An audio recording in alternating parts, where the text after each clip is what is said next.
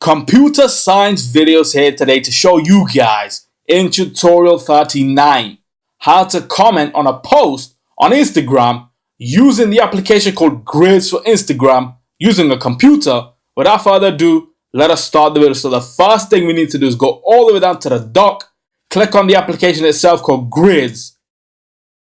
Make sure that you are signed on to your account. Go to the home page, click a photo or video that you see on screen.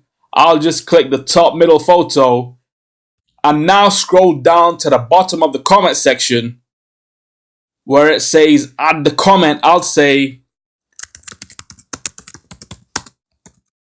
great photo and a smiley face.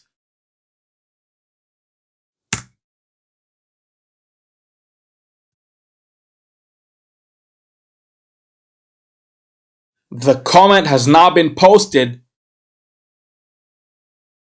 That's it for this video. I'll see you guys in my next tutorial. Thanks for now.